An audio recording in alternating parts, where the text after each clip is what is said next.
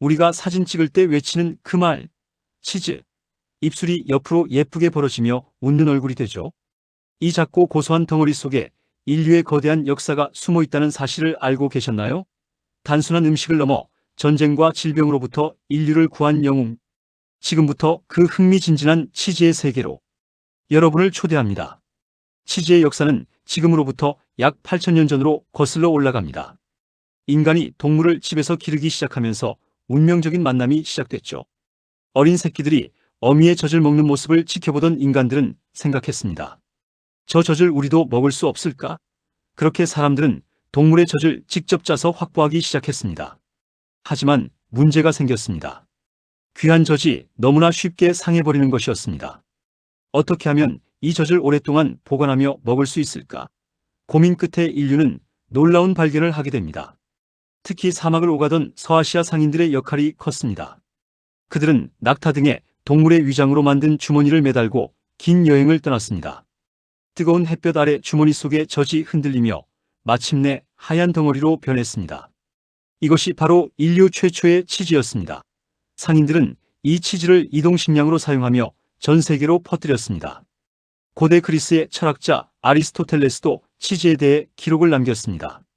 액체 형태의 젖은 오로스라 부르고 딱딱하게 굳은 것은 타이로스라 불렀죠. 로마에서는 카세우스라고 불렀는데 이것이 영어 치즈의 어원이 되었습니다. 인도 인더스 문명의 유적지에서도 구멍이 숭숭 뚫린 단지가 발견되었습니다. 이 단지는 수분을 제거하고 단백질 덩어리인 치즈를 걸러내는 데 사용되었습니다. 붓다 역시 건강을 위해 액체 치즈인 제호를 즐겨 먹었다는 기록이 전해집니다.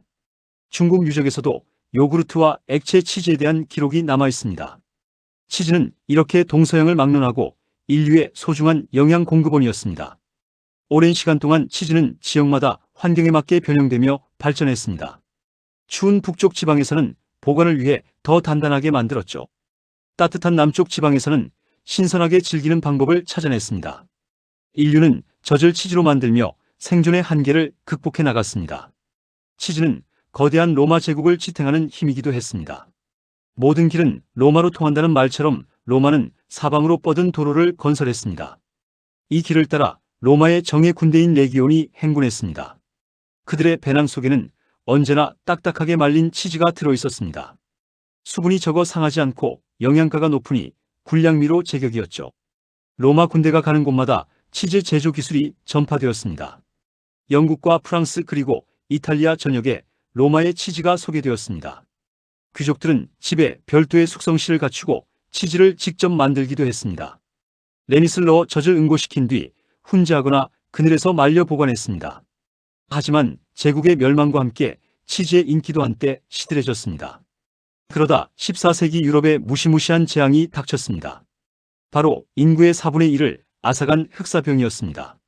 쥐와 다람쥐를 통해 번지는 이 전염병은 유럽 전체를 공포로 몰아넣었습니다. 이때 환자들의 기력을 회복시키는데 1등 공신이 바로 치즈였습니다. 풍부한 동물성, 단백질 덩어리인 치즈는 최고의 건강식이었습니다. 치즈 덕분에 기력을 되찾은 사람들은 다시 치즈에 열광하기 시작했습니다. 수도원에서는 농민들에게 치즈 만드는 비법을 전수하며 기술을 발전시켰습니다. 영국에서는 마을마다 맛이 다른 700여 종의 치즈가 탄생했습니다. 프랑스와 이탈리아에서도 수백 가지 종류의 치즈가 만들어지며 전성기를 맞이했습니다. 존 헤이우드라는 시인은 치즈의 맛을 이렇게 찬양했습니다. 신선하거나 오래되었거나, 부드거나 딱딱하거나, 달콤하거나 짜거나, 순하거나 진하거나, 이토록 다양한 맛을 가진 치즈는 유럽인들의 삶 그 자체가 되었습니다. 예술가들은 치즈의 형태와 색감에 영감을 받아 작품을 남기기도 했습니다.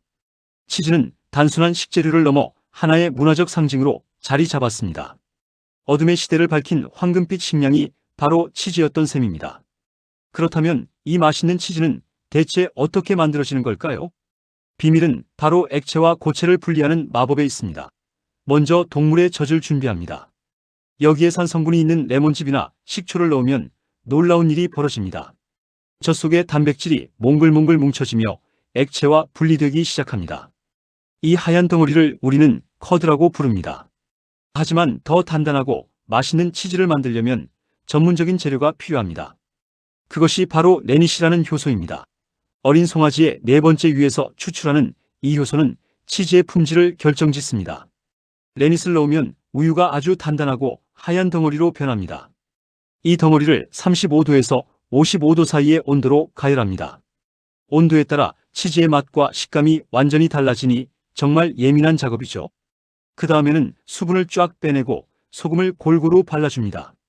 소금은 곰팡이가 생기는 것을 막고 짭짤한 풍미를 더해줍니다. 이제 인내의 시간이 필요합니다. 반년에서 1년 정도 서늘한 곳에서 숙성시키면 명품 치즈가 완성됩니다. 19세기 전까지 치즈는 이렇게 각 가정에서 수작업으로 만들었습니다. 그러다 1815년 스위스에서 세계 최초의 치즈 공장이 문을 열었습니다. 초기에는 사람마다 입맛이 달라 공장 치즈가 큰 인기를 끌지 못했습니다. 하지만 1851년 미국의 제시 윌리엄스가 대규모 공장을 세우며 변화가 시작되었습니다. 레닛을 대량 생산하는 기술이 개발되면서 치즈 생산량은 폭발적으로 늘어났습니다. 이제 집에서 가축을 기르지 않아도 언제 어디서나 치즈를 먹을 수 있게 된 것입니다. 공장 시스템의 도입은 치즈의 표준화를 가져왔습니다. 일정한 품질의 치즈를 대중이 저렴하게 즐길 수 있는 시대가 열린 것입니다. 이러한 산업화 과정은 치즈가 세계적인 기호식품이 되는 결정적인 계기가 되었습니다. 오늘날의 치즈는 정교한 과학과 전통의 손길이 만나 완성됩니다. 치즈의 진화는 여기서 멈추지 않았습니다. 우리가 흔히 먹는 슬라이스 형태의 가공 치즈는 1911년 스위스에서 처음 개발되었습니다.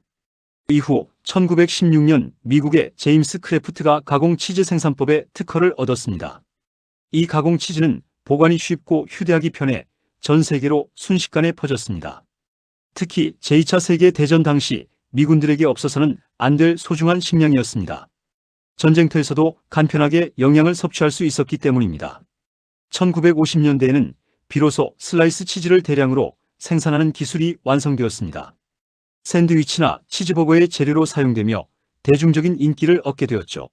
한국에는 1975년에 처음으로 슬라이스 치즈가 소개되었습니다. 지금은 마트나 백화점에서 수백 가지 종류의 수제 치즈를 쉽게 만날 수 있습니다. 거친 사막의 식량에서 시작해 제국의 굴량미가 되고 전염병으로부터 인류를 구한 치즈. 이제 치즈는 단순한 유제품을 넘어 인류의 역사와 함께 숨쉬는 유산이 되었습니다. 오늘 저녁 고소한 치즈 한 조각 어떠신가요? 입안 가득 퍼지는 풍미 속에서 8,000년의 역사를 느껴보시기 바랍니다. 치즈의 변신은 앞으로도 계속될 것입니다. 새로운 발효 기술과 결합하여 상상하지 못한 맛들이 탄생하고 있죠. 미래의 치즈는 또 어떤 모습으로 우리를 놀라게 할까요? 전통적인 방식과 첨단 기술이 만나 치즈의 가치는 더욱 높아지고 있습니다. 세계를 움직인 작지만 위대한 덩어리의 행진은 멈추지 않습니다. 치즈 한 조각에 담긴 거대한 드라마, 재미있게 보셨나요? 사막의 우연한 발견이 전 세계인의 입맛을 사로잡기까지 정말 놀라운 여정이었습니다. 우리가 무심코 먹는 음식 속에 이토록 깊은 이야기가 숨어 있다니 신기하지 않나요? 다음에 사진을 찍으며 치즈라고 외칠 때 이 흥미진진한 역사를 한번 떠올려 보세요. 여러분의 미소가 더욱 환하게 빛날 것입니다. 지금까지 인류의 영원한 친구 치즈의 연대기였습니다. 시청해주셔서 감사합니다. 여러분의 구독과 좋아요는 저에게 큰 힘이 됩니다. 다음에도 더 맛있는 역사 이야기로 찾아오겠습니다. 모두 행복한 하루 보내세요. 맛있는 이야기와 함께하는 시간은 언제나 즐겁습니다.